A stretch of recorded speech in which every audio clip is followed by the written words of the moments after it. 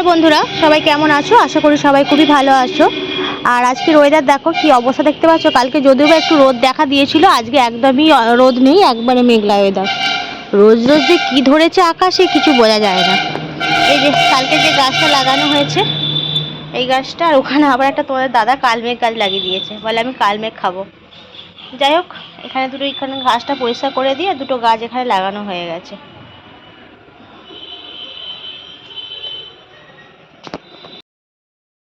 ওয়েদারের এই অবস্থা। তোমাদের দাদা কাজে বেরিয়ে গেল, আর ওকে একটু টিফিন বানিয়ে দিলাম, তরকারি করলাম, মুড়ি নিয়ে চলে গেছে। আর বললাম রেনকোটটা নিয়ে যাও, বললো যে না আমি নিয়ে যাব না, কারণ ওর সঙ্গে আরেকজন থাকবে, কারণ তার রেনকোট নেই, আর ও যদি রেনকোট করে পরে চালায় একটা খারাপ লাগে না, সেই জন্য ও রেনকোট নিল না, মানে ভিজলে দুজনেই ভিজবে। তবু বললাম যে বৃষ্টি এসে গেলে একটু সাইড হয়ে দাঁড়িয়ে যেও, আর শীতকালে ভিজে গেলে তো শরীর খারাপ হবে, তাই না? আর একদিন এরকম হয়েছিল, ভিজে ভিজে ঘরে এসেছে, এরকম অবস্থা। যাই হোক, ছেলেটাকে স্কুলে পাঠাবো, আজকে তো বৃহস্পতিবার। আর আমিও মনে মনে ভাবছিলাম ছেলেকে স্কুলে পাঠাবো কি না, কিন্তু ভাবলাম না, বেকার বেকার ঘরে রেখে লাভ নেই, স্কুলে পাঠিয়ে দেবো যা হোক করে। তাই তার জন্য একটুখানি ভাত বসিয়েছি প্রেশার কুকারে, আগে তাড়াতাড়ি করে, মানে দেরি তো হয়েছে উঠতেই। তাই প্রেশার করে একটুখানি ডাল দিয়ে আলু আর ডিম দিয়ে একবার সেদ্ধ বসিয়ে দিয়েছি, সেটাই সেদ্ধ হচ্ছে। সেটা হয়ে গেলে ওকে তুলে পড়ছে এখনও, স্নান টান করিয়ে খাইয়ে ওকে স্কুলে দিয়ে আসবো।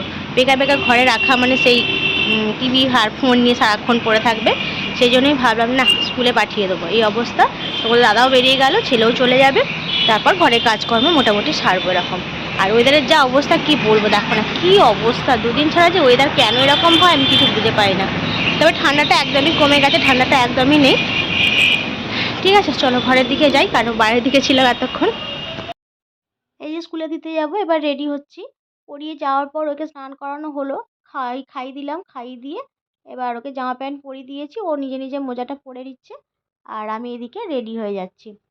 এখন করে জামা প্যান্ট এখনকার পরাতে হয় না, ও নিজেই স্নান টান সেরে এসে নিজেই পরে নেয়। মোজাটাকেও বলি ও নিজে নিজে পরার চেষ্টা কর, কারণ বড় তো হচ্ছে, যে এবার সব কিছু তোকে নিজে করতে হবে। চেষ্টা করে কিন্তু পারে না, তারপরে করার পর লাস্টে আমি আবার ঠিকঠাক করে পরিয়ে দিই।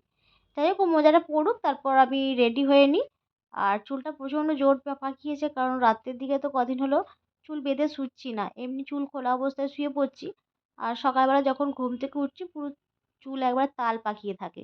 সেখানে চুলটা প্রচণ্ড পরিমাণে জোর পাকিয়ে গেছে, সেটা ছাড়িয়ে নিলাম আর কি। চুলটা এত জোর হচ্ছে কি বলবো, হয়ে গেছে। আর ওর তো একটা প্রত্যেক দিনের নেশা, মানে স্নান টান সেরে এসে আগে টিভি চালিয়ে দেবে, দিয়ে খানিকটা টিভি দেখতে দেখতে খাবার খাবে, খেয়ে নিয়ে তারপর স্কুলে যাবে। দেখো না, কোনো দিকে কোনো মানে ঘোর আছে? স্কুলে যাবে, কোনো ঘোর নেই, টিভি দেখেই যাচ্ছে। স্নান টান সেরে এসে চুলটুকুও আঁচড়ায় না, পুরো খোঁচা খোঁচা হয়ে আছে চুলগুলো। এমনিতেও চুলগুলো এত বড় বড় হয়ে থাকে, খোঁচা খোঁচা। চুল আঁচড়ালে মোটে তার মানে নিচে পড়ে না, সোজা হয়ে থাকে চুল একবারে। আর মুখে একটু ক্রিম লাগিয়ে নিলাম, কারণ ওর শীতকালে একটা খুব বাজে ওর অভ্যাস আছে, গালপাটির দুদিকে না লাল হয়ে থাকে, ফেটে যায়। যতই ক্রিম লাগাই আর যাই করি কিন্তু হয় না, পুরো গালপাটি মানে দু সাইডে দুটো লাল হয়ে থাকে বা গালপাটি দুটো। যাই হোক, ক্রিম লাগিয়ে নিলাম, লাগিয়ে নিয়ে চুলটুকু আঁচড়ে নিলাম, নিয়ে আমি বললাম চ এবার হয়ে গেছে আমার রেডি, এবার দিয়ে আসি। আর টিভিটাকেও বন্ধ করবো, তার সঙ্গে আমিও একটু রেডি হয়ে নিলাম, হয়ে গিয়ে ওকে দিয়ে এসে তারপর খাবো, কারণ খিদে এখন পাচ্ছে, কিন্তু এখন খেতে গেলে হবে না, অনেকটা দেরিও হয়ে যাবে, 10:30 প্রায় বেজেই গেছে। তাই ভাবছি ওকে স্কুলে দিয়ে আসি, দিয়ে এসে তারপর আমি খাবো। এই অবস্থা। তাহলে চলো ওকে আগে দিয়ে আসি, তারপর তার দেখা যাবে কি হয়। স্কুল থেকেই দিয়ে এলাম, এখন 11:15 বাজে। আর খিদেও পেয়েছে খুব জোর, কারণ সকালবেলা সে একটুখানি চা দুটো বিস্কুট খেয়েছিলাম, তাই এবার খিদে পেয়ে গেছে। আর এই যে যা ছেলেকে খাইয়ে পাঠিয়েছি সেইটাই আমি নিয়ে নিয়েছি।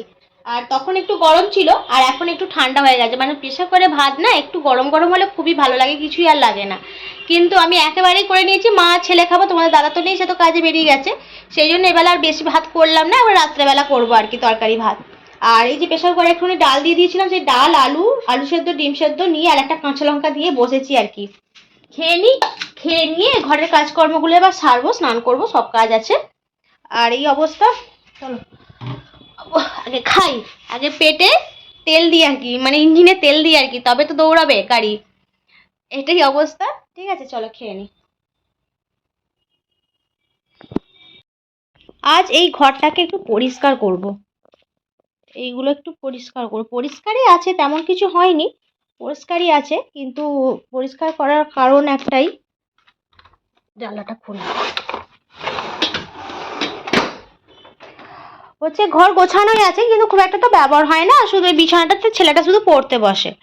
এটা পরিষ্কার করে নিচ্ছি, কারণ আজকে ছেলের একটা প্রথম, আজ যেহেতু ফেব্রুয়ারি মাসের 1 তারিখ, তাই 1 তারিখ থেকে একটা স্যার ঠিক করা হয়েছে, স্যার আর কি পড়াতে আসবেন।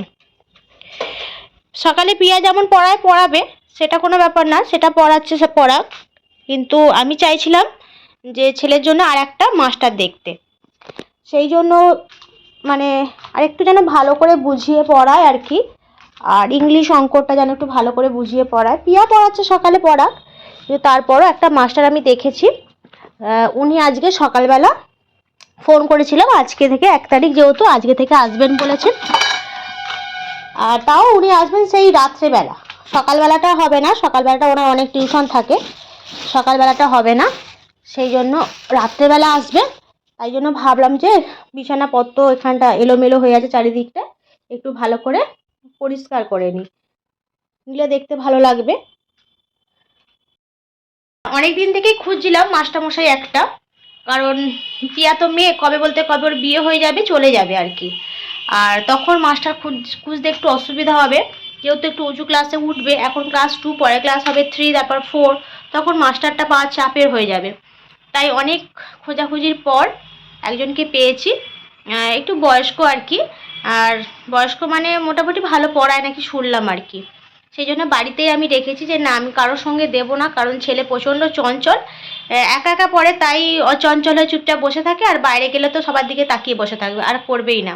সেই জন্য উনি বাড়িতেই আসবেন সন্ধেবেলা, 7:30টার পর বললে আসবেন আর কি। যা পড়াবে, কারণ সন্ধ্যের দিকটা আমি এমনিতেই পড়াতে বসতাম, আর ও স্কুল থেকে আসে একটুখানি খাওয়া দাওয়া করে ঘুমিয়ে নিয়ে তারপর যদি 2-1 ঘন্টা বসে, আমার কাছে বসবে, আর না বসে স্যার এসে বসিয়ে দেবে আর কি, স্যারের কাছেই পড়বে। আমি স্পেশালি স্যারকে বলেছি যে আপনি শুধু অঙ্কটা আর ইংলিশটা একটু ভালো করে দেখুন, আর বাকি সাবজেক্টগুলো আমি আর প্রিয়া দুজনে মিলে করিয়ে নেবো, এরকম বলেছি আর কি। দেখা যাক, আজকে আসুক প্রথম দিন, কেমন হয় দেখি, আর সেই অপেক্ষায়, সেই জন্য একটু ঘর দোর একটু গুছিয়ে নিই, মানে ছেলের খেলার ঘর বলতে গেলে, খেলার ঘর, পড়ার ঘর, ছুটির দিন থাকলে এখানটা বসে খেলে, নানা রকম এলোমেলো করে, আবার গুছিয়ে রাখি। সেই জন্য খেলার ঘর যেহেতু একটু গোছগাছ করলে বাইরের লোক তো আসবে, এটা কেমন লাগে না, আর প্রিয়া আমাদের ঘরেরই মেয়ে, এই অবস্থা। তাহলে চলো ঘরটুকু একটু ভালো করে গুছিয়ে নিই।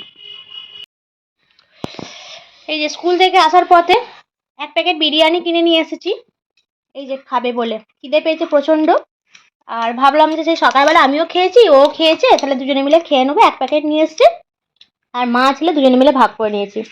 খুব তো খুশি, বক খুশি, বলে আমার তো খুব খিদে পাচ্ছে গন্ধ শুকে, আর আমারও জিভে জল এসে গেছে। আর অ্যাকচুয়ালি বিরিয়ানিটা আমার অনেক দিন থেকে খাওয়ার খুব ইচ্ছা হচ্ছিল, কিন্তু খাওয়ার হচ্ছিল না, আজকে নিয়ে চলে এসেছি একবারে। কিরে, খুব খুশি? হ্যাঁ,